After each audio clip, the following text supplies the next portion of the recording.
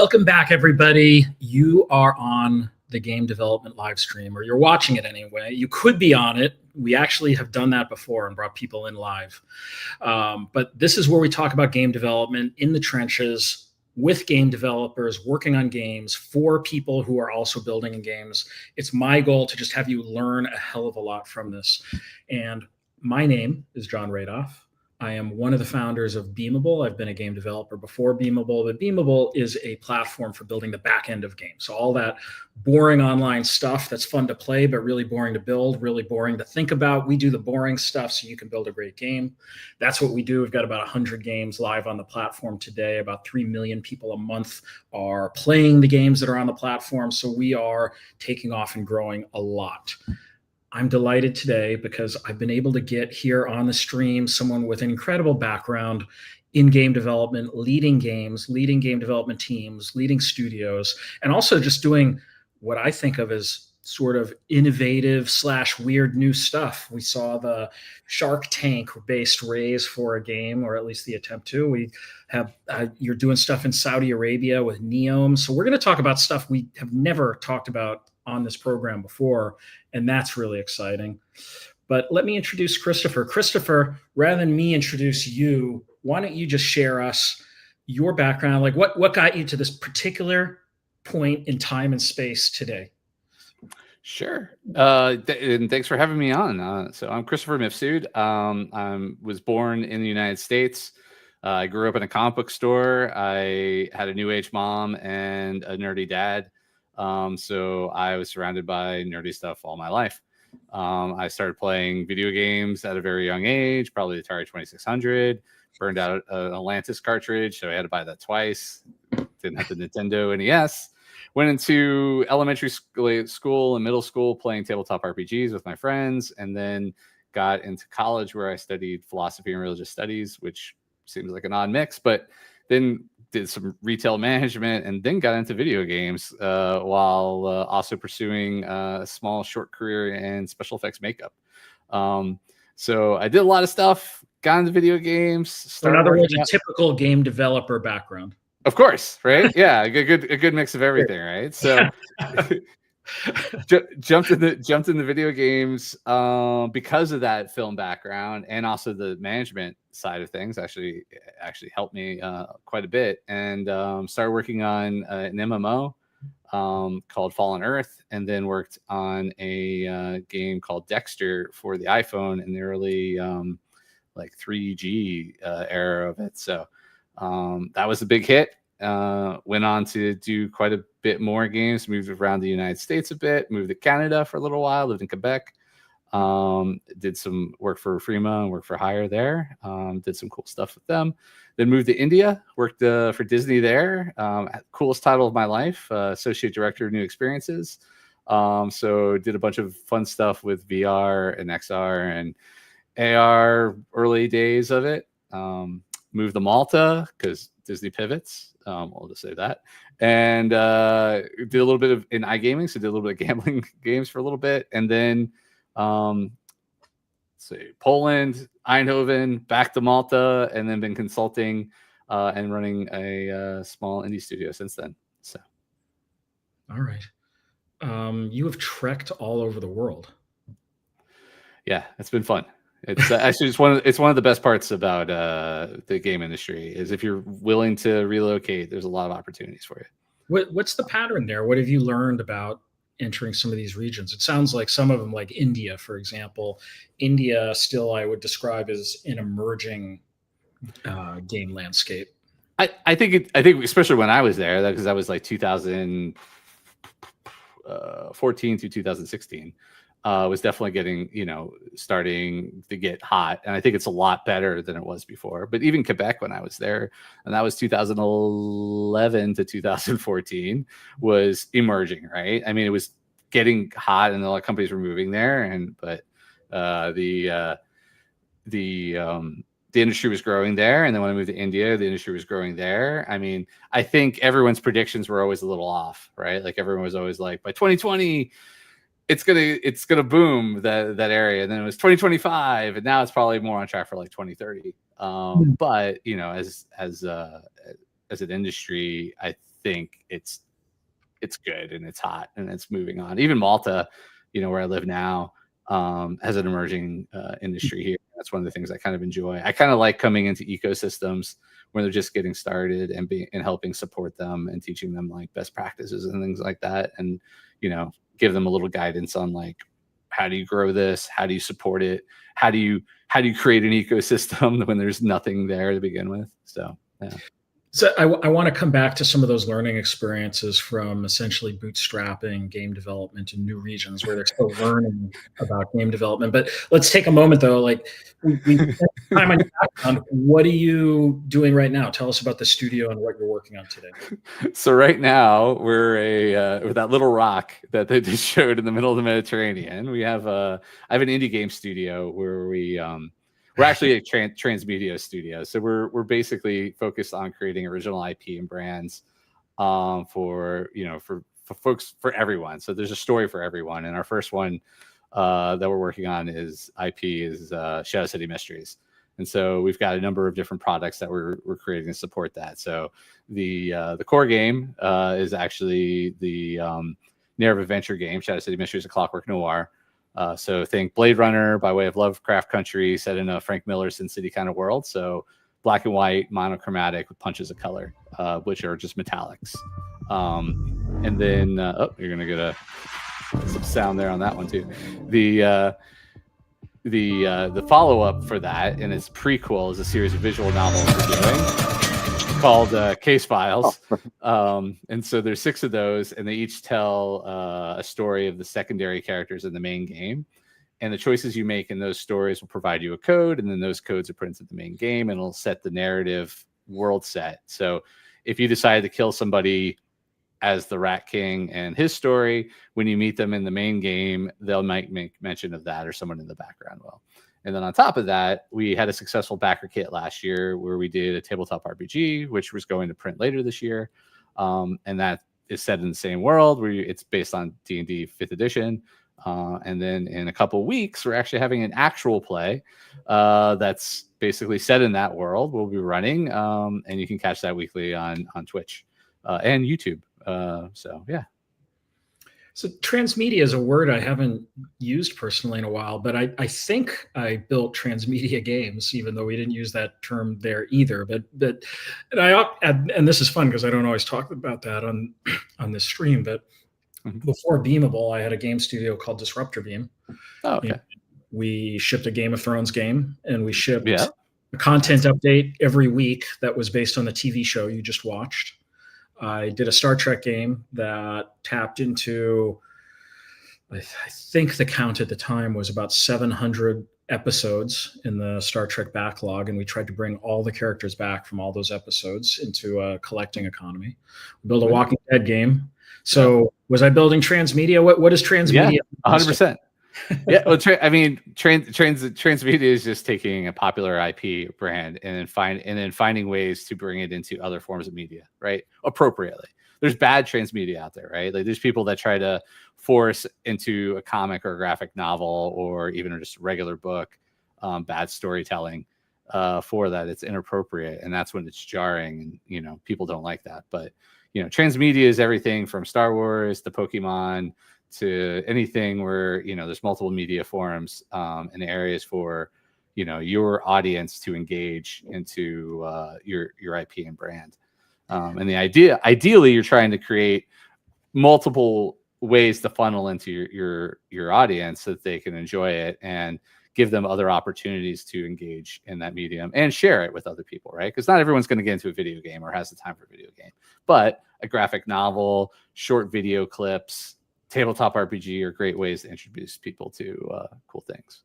So. It seems like the big shift in the last few years, though, is the direction of transmedia has changed. It used to be that we were all out there, like I was, hunting for Game of Thrones so I could create a game around it because it had a huge audience.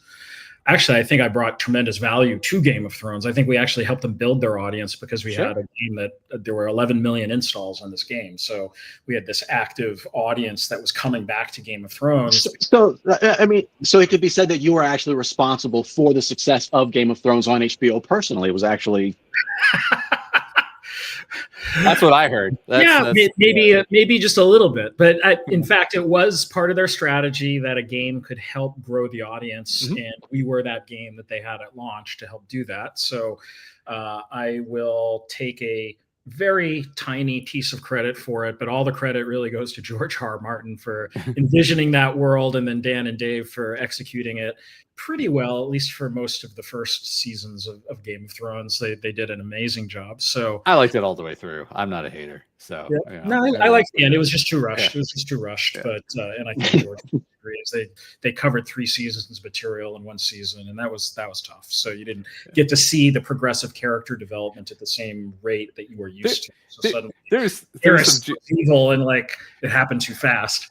There was a lot of movement around an area that was much bigger than it should have been, right? Like very quickly, they were like one space. I mean, I know they're riding dragons, but did they move that fast? I don't know. But yeah, no, you're right though. But I think it's a mix, right? So there's hard transmedia and there's soft transmedia, right? Hard transmedia is like Pokemon, where they intentionally had the cards, the cartoon, everything planned out, and they put it out there. And then you have soft transmedia, which is something that just happens more organically and gradually, right? Star Wars actually was really kind of like that.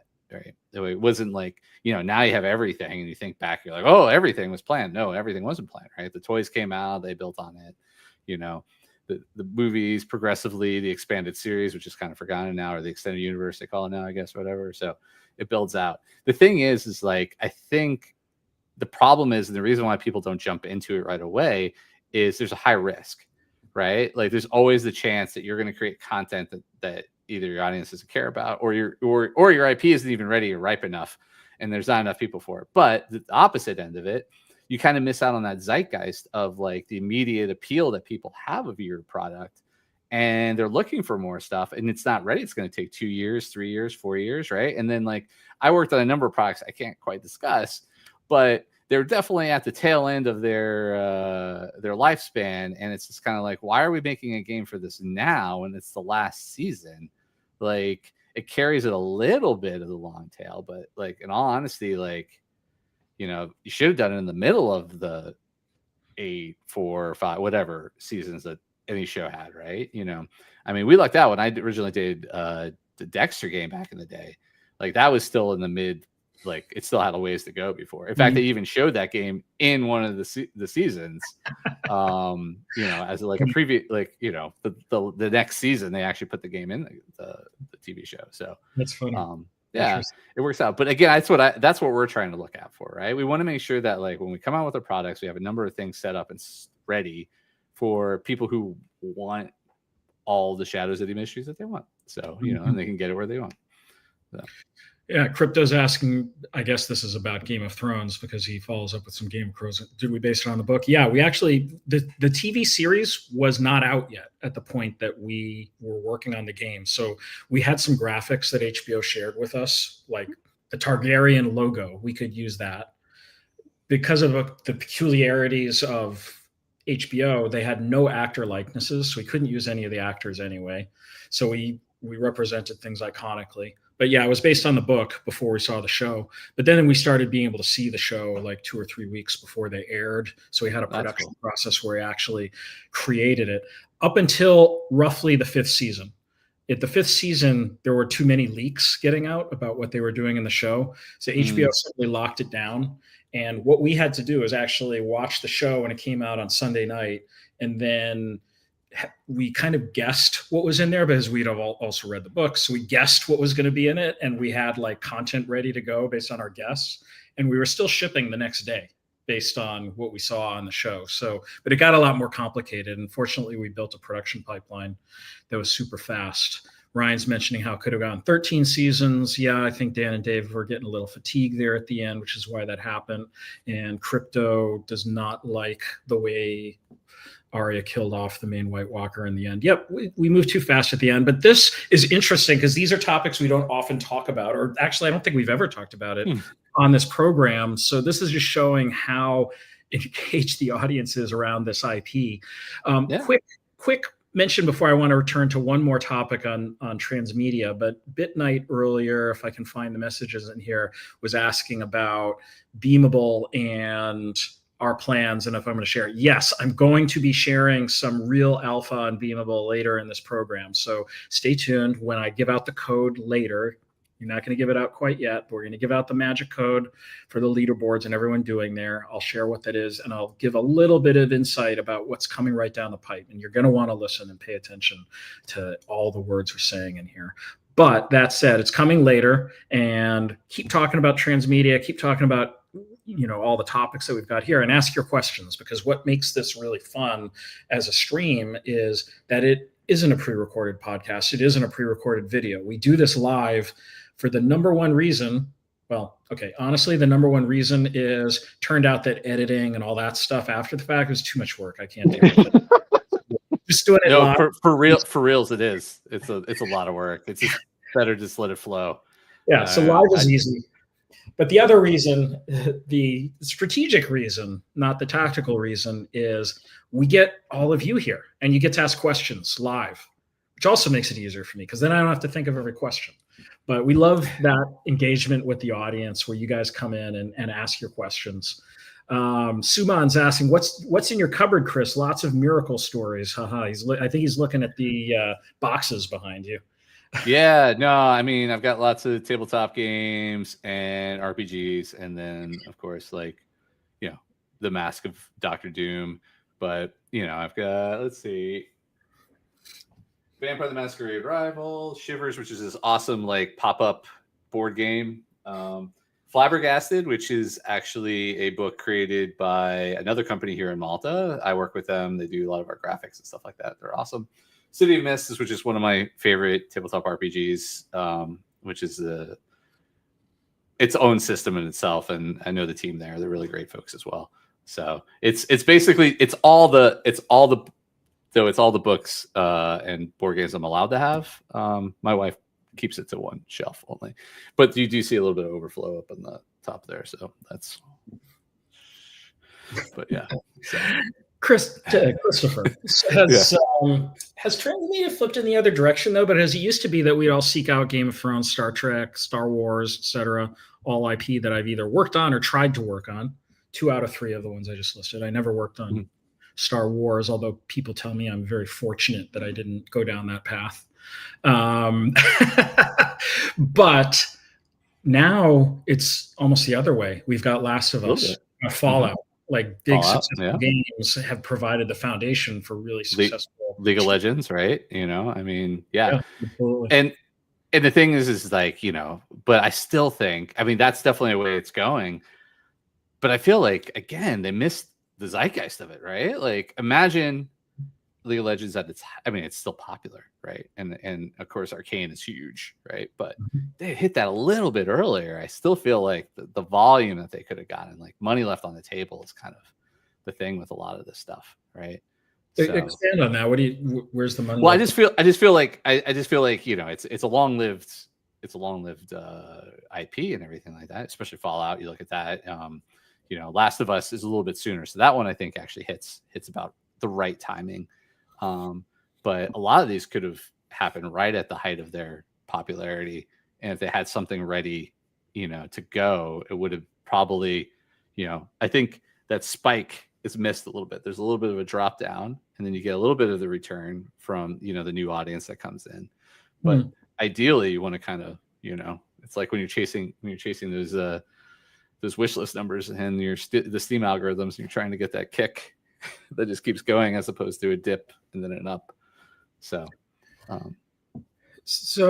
just to kind of pivot to a different part of the conversation I talked about earlier, some of the different regions you've been involved in. So you talked about India, but we can bring it current to the places you are right now. So Malta, I don't exactly think of that as a game development region. I'm just curious, what is the scene in Malta and what's going on there? And then after that, I want to talk about Saudi Arabia and Neom and what's happening with that. So Malta, I'm actually a dual citizen. My father was born there, so I happened there. I happened there by chance, actually. I Disney pivoted, and I was looking for work, and Malta happened to be on there, and I had been there before visiting with my family. And while I was here, I got my citizenship, and then I really loved it here because it's an EU country. English is the primary language here, besides Maltese. And then there was a growing scene here. At the time, I didn't know that. In 2022, I showed up at a conference we have here called PlayCon, and I was like, I'm going to start my own studio here. I'm going to be like the only one, but it's going to be great, blah, blah, blah. And then I found out about PlayCon, and I was like, PlayCon, what's this? And then I show up, and I get introduced to the folks at Gaming Malta, who, primarily they focus a lot on the iGaming scene that's big in Malta, but they also are the team that supports our regular video game industry here. And I realized that where I thought there was maybe 5 studios, there was about 10. And then every year it grows. Like now we're over 20 plus studios, and it's a very cool, tight community. The cool thing is it's a variety of games. So, like some regions, they kind of like it's a mobile country, or it focuses on console, or it does this kind of thing, or or it's purely outsourcing and co-dev work or whatever. But Malta actually is a variety of different. We have teams that do kick-ass mobile games. We have teams that are doing like web browser kind of stuff. We have folks that are doing console and PC. And VR and everything. And the government is really supportive of us. We have a lot of great schemes here to help you do those kind of things. We're part of the EU, so the EU helps us too. So we're part of all the Creative Europe funds and everything like that. So we have access to all of that. And because we're a small, little tiny country, we get a little extra support. Because again, it's a big emphasis for Europe and for Malta. To build up the emerging technology, and video games are included in that. So, yeah. And we have, like I said, PlayCon's coming up again in the beginning of October. What's great about that is it's a small show, and we get a lot of publishers and investors that do come. And you're not competing. Like I love Gamescom; it's one of my favorite shows, but PlayCon's great because all the people who don't have time for me at Gamescom have really no excuse not to meet with me at PlayCon because there's only so many people to meet with there. So you're not competing with a ton of folks. And it's also what's great about PlayCon. It's a little mix of a B2B, B2C. So it helps educate the folks on the island that there is a thriving and growing video game community here. And it lets kids know and their parents know that, hey, this is actually a career that they can have. So yeah. All right. So you said Gamescom. We were all there, or we were there. I guess it was a few weeks ago now. Yeah. What's I'm still chasing emails from it, but yeah. We all are. Yeah. It was an interesting time to just check in with the state of the industry. So the last year, it's been, if you look at the game industry insider type stuff, it's largely a doom and gloom narrative about layoffs and shrinkage and game cancellations. Where are we now, in your opinion, Christopher, and what happens next in this industry? Yeah, I think the money's. We look at numbers. Money's there, right? It's out there. I think it's from people buying games. For buying, yeah. But I think everyone's expectations needs to reset a little bit, and I think people need to realize that you're going to have to do a lot more for a lot less. And I think when you go into that mindset and you try to be a little bit, I won't say bootstrappy, but like a little bit wiser with the thing. The biggest issue with the gaming industry is we have a lot of really creative people who just suck at business. And they make great games, they do a lot of good stuff, but they don't think fiducially the best way to run things. And sometimes they bring in people that are really good at business, but they don't understand games and creativity and so forth. And so then they take it to the other direction, and we end up with end game capitalism where, short return, big returns on short-term investments, but no long-term vision and everything like that. And I think, it's a balancing act.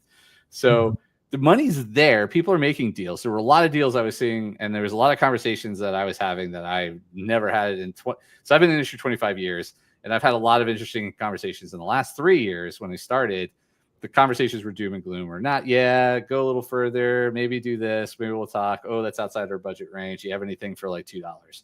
And then we're like, what? And then it's kind of this year, it's kind of moved to where we had multiple offerings to bring to publishers and investors. And they're like, oh, this looks cool. And some were like, yeah, that we could do. And other ones are like, we don't do that, but that looks really interesting. And we could probably do that. And I've had other people that are like, we want to do all of it. And I was like, all right, well, let's have this conversation, which I haven't been having. And so again, I think the key was being able to show that we have multiple projects and we have community built up around it, and we have people that are interested. And I think these things started to drive whatever made up KPIs they were making up for the moment, but they seem to kind of fuse together because 2 years ago people were like, well, what are your blah number? And you're like, where'd you come up with that? And you're like, why would I even have blah number? And they're like, I don't know. We were told that you should have KPIs now. So, because we weren't asking for those before, we were just putting money behind bad stuff. And we're like, oh, all right. This year was a lot more serious. The conversations were moving a lot. I had people running numbers in front of me. I've never seen that before, where they're actually taking the numbers I was showing, breaking it down, and being like, oh yeah, no, our break-even point's this. This is good. We could do that. Blah, blah, blah. I was like, what? All right, let's do this. So, I was happy by it. The energy was a lot better. And I feel like, again, I was mentioning to Oscar earlier. I was like, there's people that like, I couldn't even get a conversation with for the last 2 years that were just super excited and actually like making a point to see me, even though they were running late or whatever. And I was like, all right, cool. So, maybe it's Survivor thing. Like I'm still around after a couple of years and still showing something, and we're moving forward and we have new stuff to show. And it's making it through we just have an idea phase that people are always afraid of. But well, there is something said for just survive to get to the other side of things in the game industry, and you survive long enough, maybe you can pull something off. I want to return to the questions around, or the ideas around, like who does have those pools of capital that we can tap into to build a game. But before I even get to that, though, you've done a bunch of studios. You're working on one now. If someone is starting a new studio today, they've got a scrappy team of 1, 2, 3, 4, 5 people, and they're going to make a game. What is your advice to them? What are the things to focus on? What should they be thinking about? Who their audience is the key thing, right? I mean, you need to make sure that you're actually making a game for people that want it. So, I mean, we're not even talking about it right now, but one of the big things that I work as a consultant as well. One of the things I consult with a lot of companies is I try to make sure that, like, is there an actual market for the game you're making? Like, is where you're making just something cool that you want to make? Okay, cool. That you do that as a hobby or whatever. Or if you have an infinite funds, great. But if it's not, you have to be looking at it as a business. And so, like, who's your market? What's the market gap? Is there anybody who actually wants this game? How is your game different than all the other games that are probably in the same genre and same location as that? And like, what's your differentiator? And if you can prove it and then actually prove that people want that, go for it. I do caution people though for making cool. Don't get me wrong. I don't want to say like don't make something you're not passionate about, but just try to do some validation early on. There's so many ways to do that nowadays, with whether it's just showing images on like Instagram and running some cheap ads to just kind of see what your click-through rate is or whatever. You could do there's a lot of companies I know, well, not a few companies I know that will create Steam pages to just see what the organic wish listing on that is and see if there's anybody who actually wants, and then they pick the one that has the higher, organic on it. And lean startup. So like 10 years ago when I built the Star Trek game, we actually did things like test what should we name the game instead of us just inventing it. What did we do? We ran 4 different ads for a game with different branding, and then we went with the one that people clicked the most. It's kind of, but that's better. That's better than you making the choice and thinking who your audience is, right? Otherwise, you just make the problem. When I remember 25 years ago when I first got in the industry, I was at a GDC talk, and they were talking about the problem is people that look like me are making games for people who look like me, and whatever, which is okay. Except there's so many other people out there that play games, and there's a missing market. And so, like, if you know who your market is and who you're aiming at, and you make those things for them, and you ask the right questions, like, you can tap into different markets. You can make sure that you're getting like what your players actually want, and you can adjust things accordingly. And there's lots of fast ways to do it now. We get information, and we have so much analytics and so much information we can tap into. Why not? But I think a lot of people still make our game's cool, so I want to make something cool. Like, that's like this other game exactly, except it's brown. Well, and you're like, what? I don't know. Ultimately, you should think that your game is cool, but you should also be in a position to be able to show that to people and like validate that other people find it cool as well. Exactly, right? Again, if you're doing it as a hobby, nothing wrong with it. Go for it, right? Like, do whatever you want to do. But if you're actually just serious about a business, make sure you have a customer base or whatever, and make sure, if again, your customer base doesn't have to be huge or crazy, right? But do some research, right? Like, don't assume you're going to sell 2 million copies of a game when every other game in your genre only sold 200,000. Like, it doesn't make any sense. Then when you're doing your, competitive analysis and you're showing it to a publisher and you're saying, I'm selling 2 million copies. And they're like, how do you even validate that? And you're like, that's how many copies we need to break even. And you're like, okay, but is that actually realistic for your genre and the game you're making? So a little bit of business sense, I think, just needs to come into play.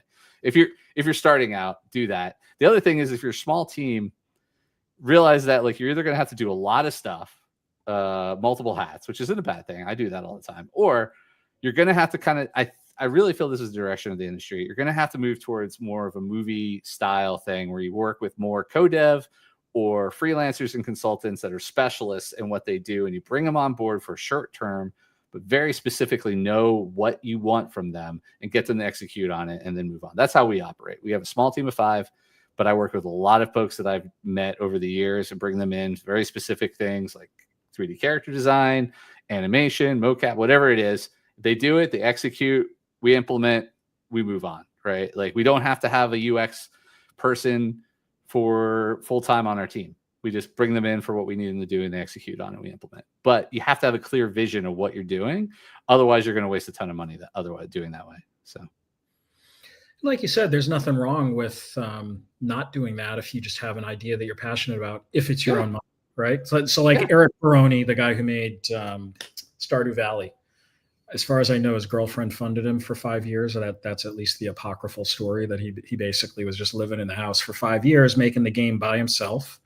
And I think he's made tens of millions of dollars off this game at this point, because he's the only guy doing it. I'm not sure I don't think he spent the first year crunching numbers in a spreadsheet like, okay, how do I optimize to a particular market? I think he just had a vision for what he thought would be a lot of fun, and he did it. And it worked out. He put it out there. But that's, again, not everyone, right? Yep. Like, again, we can always look at the outliers and go, look at this person here. And then I can show you, 1,000+ people who did the same thing and failed miserably, right? Like, so, I don't imagine when he made that game, he was not imagining its success. He was not building it towards being there was no way he was like, I'm going to make this thing and it's going to make $10 million because that's the math I'm seeing. Like, that was just like an amazing accident and a tribute to what he made of it. But yeah, there's been 100,000 other Stardew Valley derivatives, and maybe a few of them like stuck the landing. So, but if you're watching the stream, or Eric, get on the stream. We want to hear you tell the story. Like, what did? I want to hear the story too. Yeah. No, that game is incredible. But there have been people who've mimicked it, right? But again, you can do it. You could go, hey, look, there's an audience here. Hey, I could do the same thing. But you have to make a game as good as Stardew Valley, because there's Stardew Valley. So why would I play that otherwise, right? Okay, I want a little bit more variety. All right, well, but if it's missing anything, then people are going to note that. They're going to like, this isn't as good as Stardew Valley because it's missing this, and this. But it has this, right? I think Vampire Survivor is a good example of a bunch of people that took that very stripped down mechanic and they're like, okay, it's going to be Vampire Survivor, but in a sci-fi dystopian, blah, blah, blah. Or it's a very simple mechanic to iterate off of. And I know a lot of people doing that. And doing some cool jams off of that. And it works. But again, like you said, it has to be as good as this. And then also fill some kind of gap in the market or something that people actually want or does better here, and here, right? And you can do that. Market research, right? Go listen. Go to the Steam pages. Go to Reddit, even though it's full of scum and villainy. Like, go check out those kind of things and like listen to what the people are saying there. And being like, hey, we could make that better. We could do that better. Otherwise, I mean, it's the same thing. Like when you're pitching to to a publisher, and they're like, so what makes your game better than the other thing? And your answer is just like, we're gonna do it cooler. Like, no, have some actual reasons to kind of point to, like, we've seen that there's a need or an ask for this in the market or whatever, and then show them like numbers. I don't know. I know everyone can't do the business side of things, and I know like everybody wants the passion and wants the like, we just want to make cool games and do the thing or whatever. But I think you got to have some business sense, and I think that's the problem. Is there's a lot of people without the business sense, and this is why we've seen so many things like shut down because people keep thinking we're going to print money and toss it out there, like Christopher, you and I think, could host a seminar or something, because here's what I see here. I'll start with the problem that I see in most pitch decks, and then what I usually end up telling people. So the main problem in most game pitch decks that I'm privy to are people are so in love with the product idea. It's all they want to talk about is the product. And of course, anyone who's going to fund that expects that you're passionate about the product idea, but it's kind of putting the cart before the horse, because before you can even really talk about the product, you have to explain. I think you have to prove a couple of things. Number one, it's exactly what you were saying, that you understand there's an audience out there, and that audience is not being fully satisfied. There's essentially a market problem. There's a market need that if only these people got the thing they really wanted, you'd be able to sell a lot of copies of this game to them. So it starts with the audience and that understanding. I think there's another thing you have to be able to prove pretty well, though, which is that the team you're putting together can deliver it. Can not only deliver it, but frankly, we're in such an unfair industry. You need the unfair advantage of not only being able to deliver, and this might be what you're getting at. It's you probably have to be about the best team in the world for delivering that particular vision of the way that product should be. And it's got to be informed by something. It's got to be deep expertise in that particular category where you saw firsthand what the missing piece was. And if only you addressed that, you'd be able to deliver something people just hadn't been able to play before, but would if they could. And there's not enough of that. Hey, there's a great audience out there. And by the way, we know this audience better than anybody else, so we're the ones to build this. Yeah. If you can do that in your deck, you probably have a pretty good shot at funding it. No, 100%. I mean, that's what I'm getting at, right? Like the things I always look at is like, who's the team? Can they do this? What's the thing that they're going to try and do, right? And then can they deliver on what they're saying with whatever it is, right? And that's how I want people to kind of pitch. Because do I believe it, right? Like at the end, it's like, okay, this is a cool team. Right? This is a cool product. Them combined, all right, is the timeline, the money, whatever makes sense, So, you're selling a dream to a point, but at some point in time, there's got to be a touch of reality in there. I think long gone are the days of people like throwing Hail Marys for what seems like a good idea. Irena's posting, I have so many thoughts. Irena's a game developer. So Irena, we want to hear from you. Just post your thoughts and we'll talk about them on the program. But while you're gathering your thoughts that you want to post, I want to talk about Saudi Arabia and Neom. Sure. And like what? So first of all, Saudi Arabia, what kind of game market is that? There's game. It's growing. I mean, it's very nascent. It's very nascent, right? But I mean, part of the kingdom's 2030 vision, right, is expanding on the that market in particular, video games, esports. I mean, they're doing a lot with others like sports and Hollywood and things like that. But I'm mostly into the video game aspect there, and so they want to grow that industry there. And that's either a mix of people moving to the region, and there's people that support that. And that's not actually what I work with, but I touch on it briefly. But they want to build that ecosystem there. And so the program that I work with is Accelerator, Level Up Accelerator. So it's both Neom and DigiPen for the United States or whatever. So I work with the team there. I've been a mentor and part of that for like last 3 years. We're basically doing our third cohort. So the first cohort was 4 teams. The second cohort was 6 teams. And actually yesterday and today, the new batch has just done their presentation. So we'll find out soon who gets into that program. It's pretty exciting. It's a range of different things, right? So we have teams that are doing mobile. We have teams that are doing a lot of Steam and console games. It's a mixed bag. And this year it's even crazier. I can't go into details on all of them, but there's some cool stuff. And it's a year-long program, right? So they get funding, but most importantly, they get mentorship for a year from some really experienced folks in a variety of different things: financial, marketing, game design, production, business operations, business development. And we meet with them on a weekly to sometimes bi-weekly basis. and we just get them up and running. Because the idea here for Neom is that they want basically sustainable businesses, that when Neom is fully up and running, that line, that super city that they're building, right, that these companies will still be around and be able to move in and be a part of that bigger dream and goal there. And it's definitely been an exciting experience. But again, we're talking about folks that, like, they very limited, like, over the last few years, they've gotten more and more training, more and more education and experience there. But basically, folks that are just like, we have a great idea, we want to do a thing, and, you know, just trying to train them up and get them to be a sustainable business. And we've had a lot of success stories.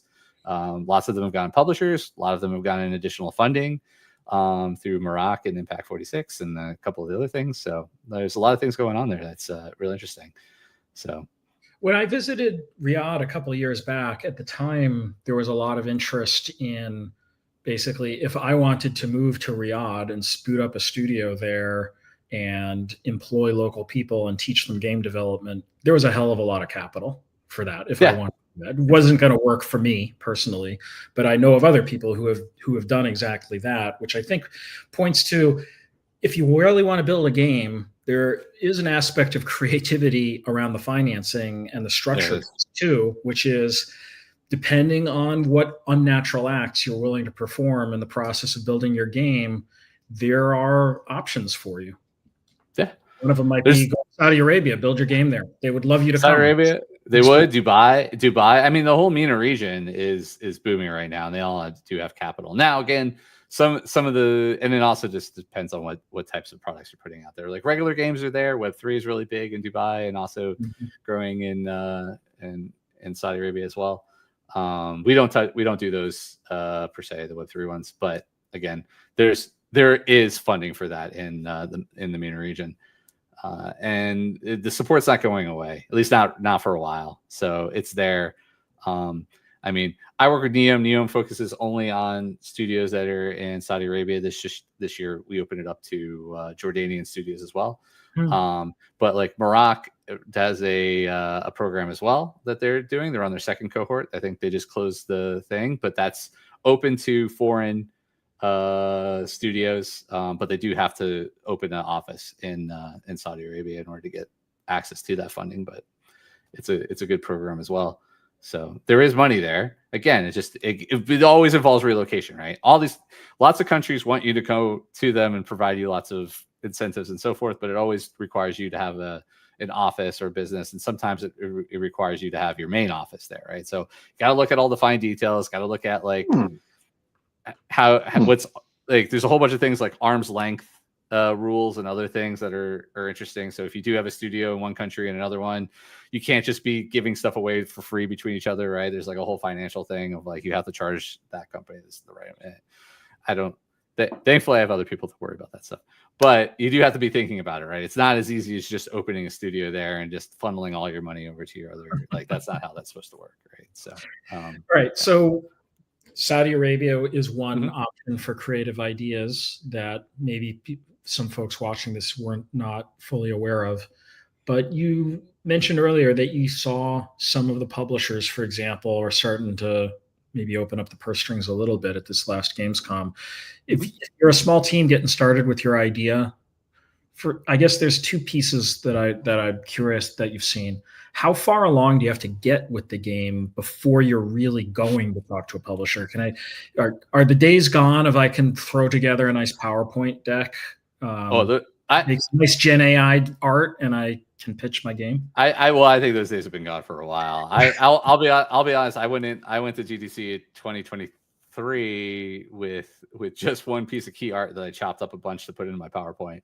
And while I got a lot of people really excited about it, and it's for the Shadow City Mysteries, they were all like, well, get us something to play, right? Like, and then then it got moved along. Like I said, I got to Gamescom in 2023, and I had a early prototype, right, that showed off movement, stuff, and the visuals and things like that. And they're like, well, maybe a little bit further, and then it's almost to a vertical slice for a lot of them. Some publishers want you to have almost a complete game, and I actually in today's world, if I have a complete game, I don't know what I need a publisher for. There's plenty of there's plenty of other services that are out there now that will handle what a publisher used to do, right? So I don't understand publishers that aren't doing funding, because don't get me wrong, they provide a lot of other things, but a publisher will even tell you that, like, unless you have your own community, like, they're not going to build a community for you. They're just going to leverage your community better for you, right? So there's a lot of things that it's just like, well, if you're not providing funding and all you're doing is a little bit of marketing and then giving us better access to some of the stores and so forth like that, and what's the point? And that's why you're seeing a lot of, people providing services, usually ex-publisher people, doing kind of like that shadow publishing thing, which I think is a really cool concept, right? Where they do like a small service or a take, and then they don't do any funding, but they do all those other pieces that a publisher used to do. But it almost seems like even all the publishers are moving away because they don't have any, they say they don't have any money, but like, they're just trying to get content, because I think 2026, 2027, these pipelines that a lot of these folks had very full for 2024, 2025 are emptying out. And so they're trying to find any which way they can to fill those up. Mm-hmm. And, unless things take a heavier turn by the end of the year and early next year, I think 2028 will be in the same space. So, we'll see. Irina did follow up with a post and some of her thoughts. She's coming back to IP adaptation, sure. A market I've done enough with probably for my entire life at this point, between Game of Thrones, Walking Dead, and Star Trek, and I could share so many war stories of this. We probably should in a program. We should get some people to just talk about IP. But what Irina really reminded me of isn't just this. I think sometimes people think there's a culture difference between the way games are made and the way TV is made. And that's 100% true. Like, the whole process structurally is very different, and that's where things break down. But it's actually more than that. I think that there's actually huge incentive misalignments. So the biggest thing, and I talked to, like, those are the three that and then Archer would be a fourth. Mm-hmm. Those are the four that I directly was involved in licensing, building the deal. But I talked to everybody. I boiled the ocean talking to those, and I talked to virtually every of what you consider the big IPs. The biggest issue was that at virtually every owner of big IP, there's a biz dev guy who works there who cares about one thing. What is my bonus check that I get at the end of this year for signing someone up? And how big is that fat advance check that I can get someone to pay so that I can maximize my bonus check? That's probably the biggest issue I ran into, which is just like, there isn't usually, and I'd say, but what we found with, say, HBO, for example, like, there was real strategic alignment there. They got it. It wasn't about like one guy licensing and getting a win. It was more about how do we build the program around the game as well as the content. It's a hell of a problem to find people who exist in these media companies who actually understand the potential of games to actually just throw off cash for a long time. Mm-hmm. If you do it right, there are potential to build audiences and to help you actually provide a lot of strategic value beyond the check. So that I found to be the biggest problem. And actually, I just counsel developers, like, I'm not sure IP licensing, inbound IP licensing, is great unless it's a brand new platform where no one's seen it yet. Yeah. I have a mixed bag. I had some really great experiences with some of the folks that I did IP, and then I have other stories that it wasn't so much the bonus guy. It was the guy who actually had no clue about the IP and was just pitching ideas that you're just like, do you not know your IP that you're representing? Because that doesn't make any sense whatsoever. Like, who would actually allow that? And I won't tell any of those stories, but there's definitely been some like eyebrow raised moments in meetings being like, whoa, like that should not fly. Nobody should allow that ever to happen. The money side of thing, that's always gets in the way, right? Like, everyone's always just like, what's the guarantee? What's the end result on that? What's the potential here? I think it works well when you partner with someone and they realize like there's more to it than just necessarily money. Like, it's expanding your audience. It's creating a greater reach, creating like a better, you're respecting your audience too, right? There's like by giving them more content that they can. So sometimes, I always discuss Transmedia as being a mix of additional streams of revenue, but also marketing, right? So every single when I pitch, I mean, in my deck, I'm not going to show you my deck, but in my deck, I pitch basically all the Transmedia pieces I do as marketing that has the potential of being additional streams of revenue. And so when you look at it that way, you're just like, okay, well, because a lot of folks, especially IP folks, they understand marketing, right? So if you just tell them like, this is a marketing thing, and then you're going to get this many eyeballs on your product, and that's going to turn around and potentially funnel a number of people, either viewers or potential sales or whatever, to this, they go, oh, that I understand, right? But video games, just direct numbers and sales, like you're they're just like, is that real? Like, because they don't, but I think that's changing too over time, that people understand that there's money in video games, and there's actually more money in video games, than in the other industries combined now, right? So I think that number is still true, right? We've eclipsed movies, music, and everything else combined as an industry. So I don't think that's changing anytime fast. Now the number of people that work in that industry is changing and going down, but that's. And I want to return to that team composition. Staffing across the industry, number of people who can work on this stuff, because I think that's very topical for right now. Kind of pointing to maybe the doom and gloom narrative, maybe what AI is going to do to big parts of the industry. And there could be other reasons as well. Before I do that, we're coming up, believe it or not, we're almost at an hour. Like, so easy to talk to you about this stuff, Christopher, but I do need to share the code of the share the code audience. Because if I forget, when game developers really fuck up and piss off their audience, this would be one of those. This would be one of them. I get you. So I cannot miss the code. So, and I'm going to give you the context around the code, everybody, too, because there's a little bit of alpha coming your way. But the code today is TICKET, TICKET, TICKET. How do you get that? You go to our Discord, you type /claim and TICKET, and you earn your points towards the leaderboards and the final airdrop season that we're in. So why is it TICKET? Well, we are minting the premium airdrop tickets on Magic Eden as we speak. It's happening. It's going. Next week, we're going to be starting to mint the seasonal ticket. So all the ticket, the minting on Magic Eden, it's all underway. So if you didn't know that, or you were just so focused on scoring the points, but you didn't know about the ticket that's minting, like, I'm letting you know it's all happening. So don't miss out on that if you qualify for one of those. That's happening on Magic Eden now.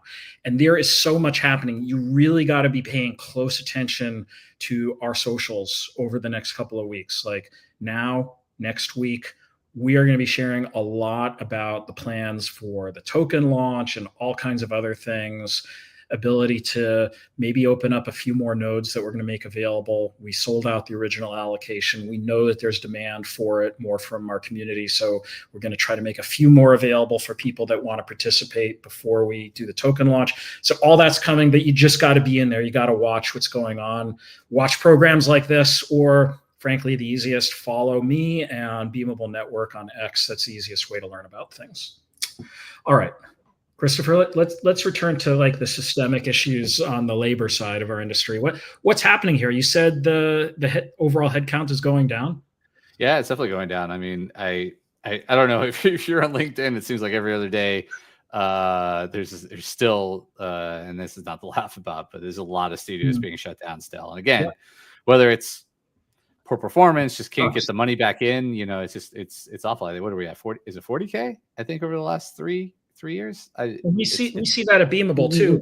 We're a platform, and we hear all the news from people, which is sort of like, we hear the good news. Hey, I'm launching, but like sometimes it's funny, they launch the game and then it just shows up one day and we're like, hey, that's awesome. Would have been nice to know that you're about to launch on our platform, because we love to help out if we can. So if you're building a game on Beamable, like, let us know. We like that. Like, we can do a little marketing in there. We try to help. We're pretty good at it. Sometimes we have this community.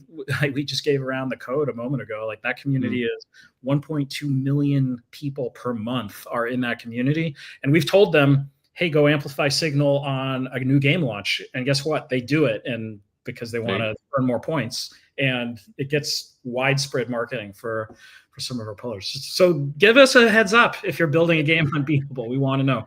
But if it's top secret, that's fine. We get it too. Like, so we've got some games like that going on. But unfortunately, we hear the other side of things. People have been working on things for a while, and then they're like, just the rug gets pulled underneath them.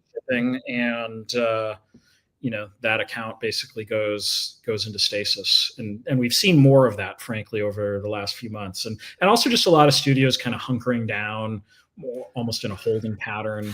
Well, yeah, I mean, even we've had to do that a little bit, right? We had to pivot. Originally, we were going to go full bore into the narrative adventure game, and it's actually been beneficial for us a little bit, right? Because we didn't go full bore into that and finish that out. We were able to pivot. We spend more time on world development and everything else. So, we've got a lot more to work with for the main game, which is great, which means that it'll be even more full of awesome stuff that we're working on. But, the industry is still a little shaky, and I think it's going to continue to be not great. And I think that makes what the worst part about it is there's a combo, right? So reducing teams, and then companies are hiring, but that ideal work from home situation is kind of going away. So people are requiring you to return to the office, which means that if you want to take a new job, you have to move your family or yourself or whatever, if it's just you, or to a new location, which in these times is super scary. Like, do I want to relocate to a whole new place and I've seen people get laid off twice in a year, with these situations. So, and this with people like relocating. So you're going to relocate somebody with the off chance that you don't actually have the financial stability to maintain them, which again, everything's risky, but it's a really risky environment nowadays. So if you're in the United States, it's higher risk. I think Europe and Asia, it's less of a risk. Because again, I think the numbers are showing that there are jobs. It's just they're not growing back up in the United States as much as like other parts of the globe. So again, if you're not willing to relocate and you're not and also I've moved around a lot and I've given a lot of advice on moving around the world and working globally, but you have to realize you're competing with a lot of other people. And if you don't bring something special to the table, why is somebody going to pay for your visa and everything else to relocate you, right? So it's definitely not an option for a lot of people that are just getting in the industry either.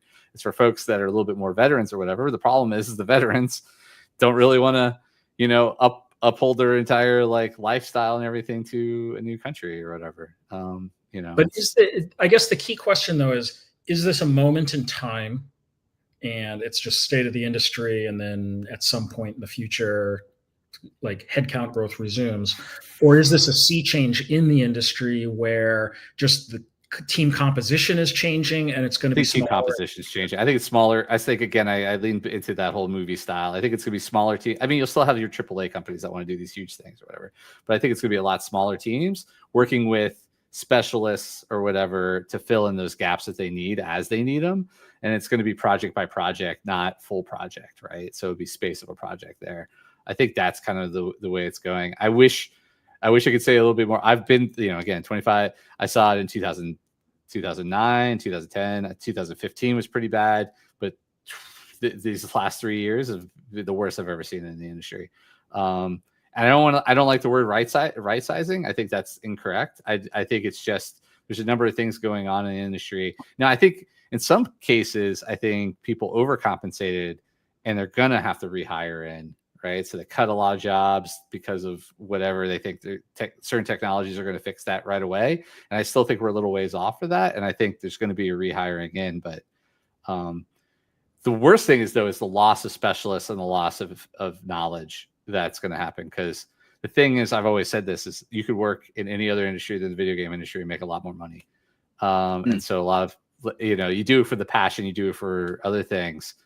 But when there's no options out there and you're just tired, I think people are just going to go to other jobs that pay better, easier to do, and there's a huge knowledge gap we're going to be losing. So, I've heard some people point to AI and say AI is already reducing team size, and I'm very bullish on AI. I think it's a great tool, species level change for us. That's going to change everything.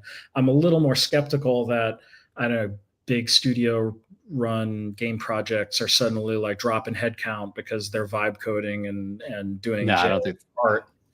Well, if they are doing that, that's where I was alluding to. I think they're going to rehire back in because they realize that they slashed too hard, and the functionality that they were promised isn't quite there yet. Now, will it be there? Who knows? Maybe, but but as a tool, things like that, I don't have a problem with AI. But I think there always needs to be the human touch, and so there's always a better way of going about it. But again, sadly, I think this is where you look at end game capitalism, and I think that's having a bigger play here than actual. And this is where I'm hoping we get more indie, AAA, AA studios that are there for the passion or wherever, and they guillotine the business people who have no idea what actually making.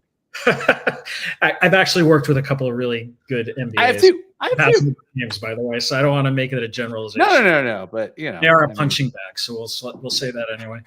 Christopher, we're running up on the end of the hour. This has been a really fun conversation. I've got this developing idea in my brain of I really am going to do probably a longer stream, and it's going to be a pitching your game seminar, because I think people need to hear this. I see so many bad decks.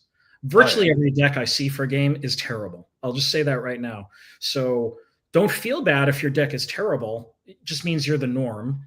Yeah. It could be a lot better and probably a very small amount of work, frankly, especially if you can surface the feedback. Take feedback, listen to it, change it, alter it. Mine went through like 1,000 different iterations from the beginning to by the time I was on Shark Tank, which we briefly mentioned. But the to where I got it and how I got it there was taking tons of feedback from people.